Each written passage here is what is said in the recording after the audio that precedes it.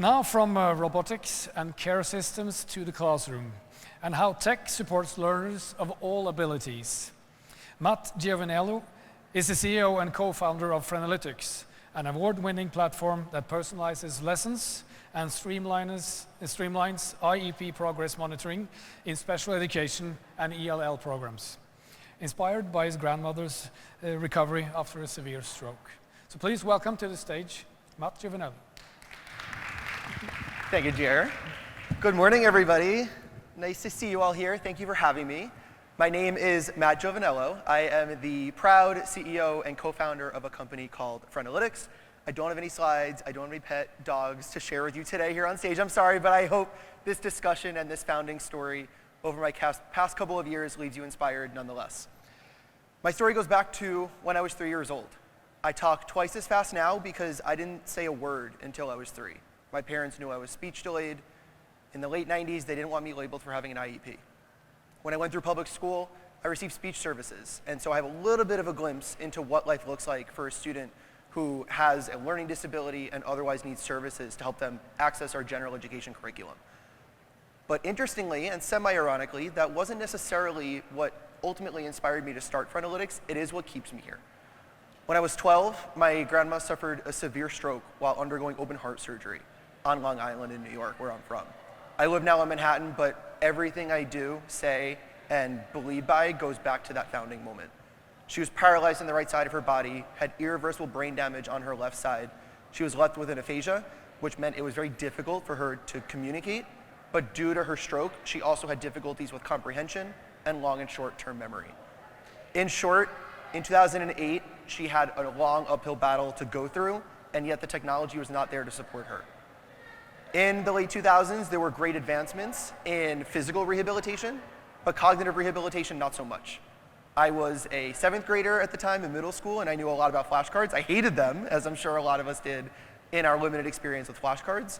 But for a woman in her late 70s, she surely not only didn't like them, but also couldn't connect with them. And that's when I realized there had to be a better way of going about cognitive rehabilitation.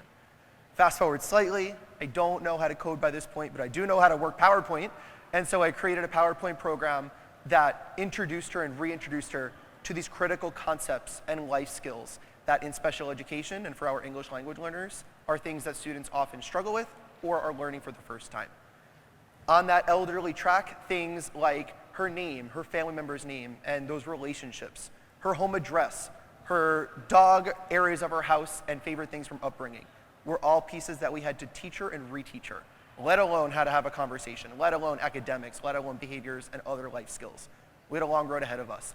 But this interactive, engaging, and personalized way of reteaching her these skills is the genesis for what frenalytics stands for present day, and is something that, even in a tiny bit of a way, really helped her significantly on her journey, and was something we soon realized could help millions of patients and students, both here in the States and also around the world, achieve their own goals as well. So, this is a long story. I will try and keep it short. No promises, fingers crossed. This PowerPoint program evolved into several versions before a family friend I invited over for dinner helped me realize that, hey, this technology can help more than just one person. It can help all of these afflicted populations as well. While we started in an elderly demographic, inspired by my grandmother, of others who suffer from stroke and dementia and traumatic brain injury, Parkinson's and the like, just like our nurse and engineer on stage before me were speaking about, we then realized at the turn of the COVID pandemic that this same technology could really benefit students in education, especially our struggling and underserved learners, i.e. special education, those diagnosed with autism or diagnosed with Down syndrome, diagnosed with dyslexia, dyscalculia, dysgraphia. Students who are graduating outside of a life skills program, entering the adult population. We had speakers this morning say how that is among the most underserved markets. We realize that our technology can help them too. The COVID pandemic is kind of what put us up against a wall and made us realize that we can serve these populations as well. And so what started as a passion project for my grandmother, similar to Marius Apletli's story of helping his own family and his daughter, became this growing market for us within the world of education. Today, frenalytics now has a little edu at the end of it to signify our expansion and pivot of sorts into education. And we partner with schools and districts all over the country in their pursuit of not only helping students meet their goals a little bit better along the way, but also helping teachers save a lot of time on all of the regulatory and legal non-administrative paperwork, or non-educational administrative paperwork that they need to do to service their students with IEPs. So on the one hand, we're meeting our mission of helping students and also patients on the elderly side lead more independent lives, but we realized that we could do that through education and helping save teachers a ton of time along the way. I'd like to share a little bit of a story of some research that we did recently. Hopefully this may inspire you a little bit and connect the dots of some themes that we heard about earlier today as well. About 2 years ago, we were invited to participate in a nationwide go-to-market and research competition through a nonprofit called Digital Promise. In partnership with the National Science Foundation under the previous presidential administration, there was money carved out to inspire the next generation of emerging edtech companies, and we were one of these companies that got invited to partake in it. We were a national winner, which was really cool. That's not what I'm here to brag about, but it gave us the funding and the resources and the know-how and the wherewithal to participate in research and actually carry out an effective co-design process. We heard about co-creating earlier. There are more sessions this afternoon dispelling the myth of what co-creation and co-design isn't, and hopefully giving some definitions as to what it is. For my personal example, I'll tell you a little bit about the research chapter that we've since written from it. I made a lot of mistakes along the way, don't get me wrong. I started with a personal story, I created a solution based off of it, but didn't understand the magnitude or the market or funding streams or the way that we could impact other families as well. It wasn't until we entered this space of education, inspired by COVID, that it gave us a second chance to think about this all again. And so we tried, or at least attempted to, do things the right way. And in partnership with this Digital Promise competition, it allowed us to do that quite successfully. In reality and practice, what that looked like for us was publishing a chapter through this partnership with Digital Promise. The name of that chapter is, quote, an EdTech developer and the ecosystem, the essential role of practicing teachers. That emphasis on practicing teachers towards the end is really important for co-design for us.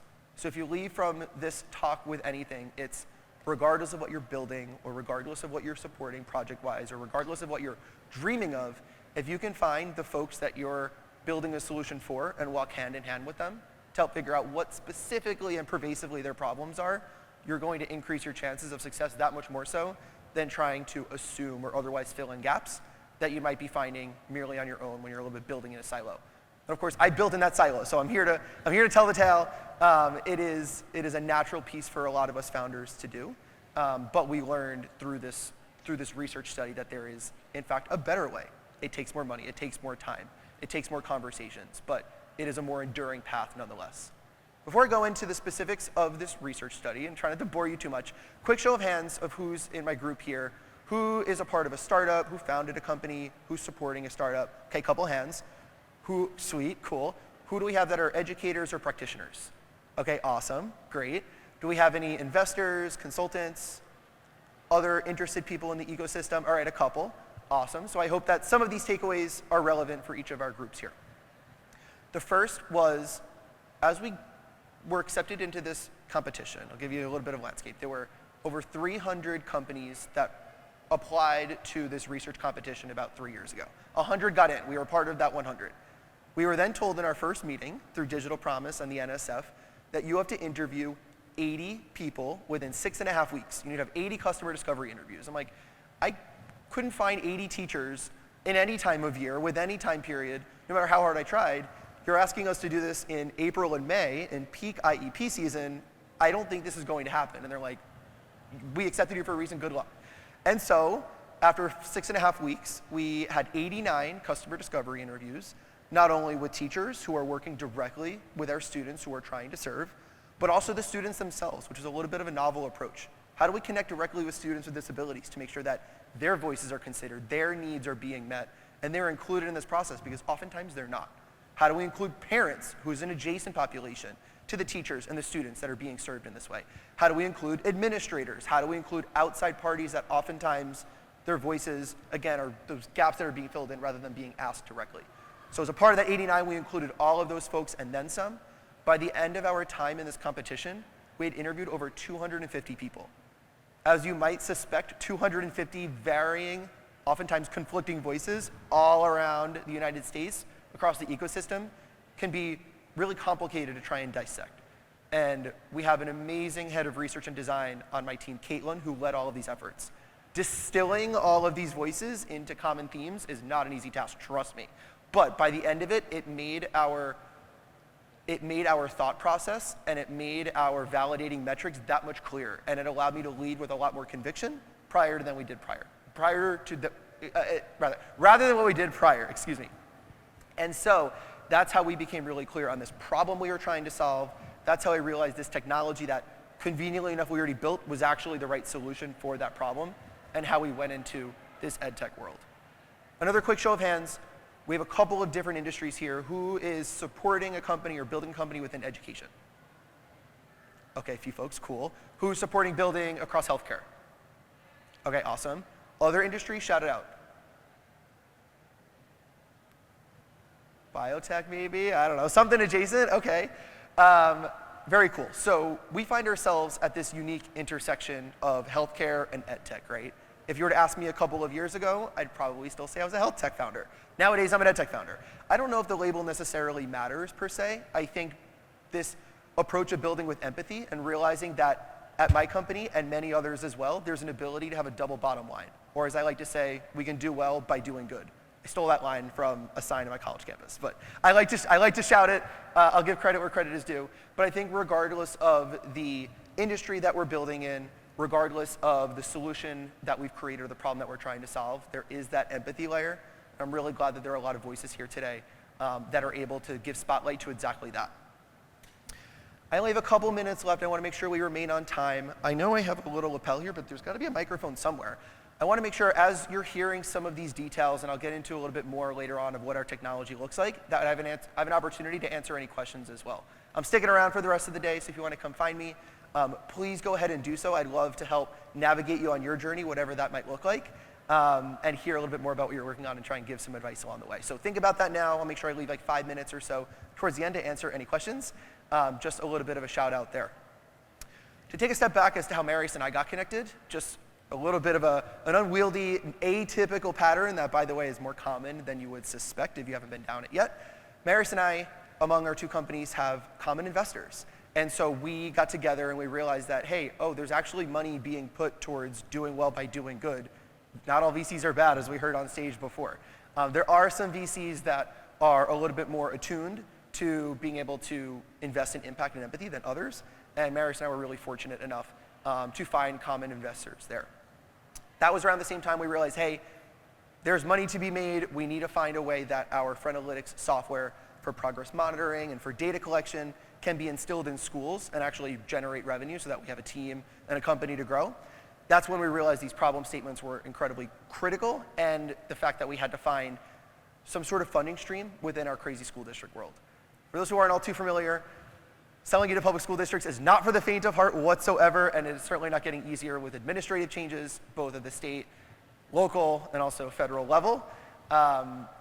When we realized that special education gets special funding, we realized that might be a way in. And so as we think about the 7 or so million students diagnosed with an IEP in the US, when we think about the additional 7 to 8 million students undocumented but needing special services, and then we think about the millions upon millions of students who are behind in their reading, in their math, in their literacy, and their behavioral levels, in part due to learning loss from the COVID pandemic, we realized there's a really large population to serve here, right?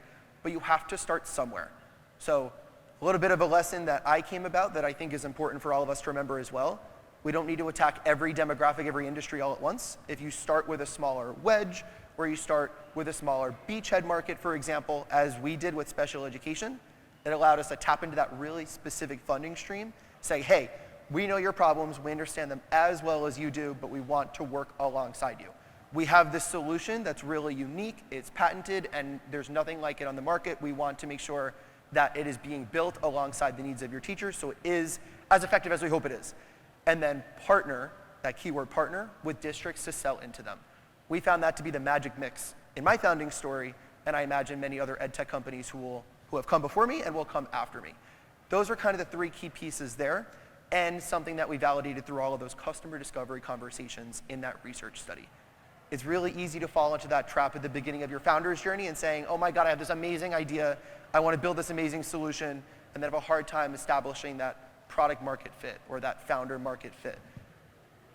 It is a lot more work, but a lot more enduring to go through that co-design customer discovery process, as we did, and find and validate your success metrics and be able to implement that way.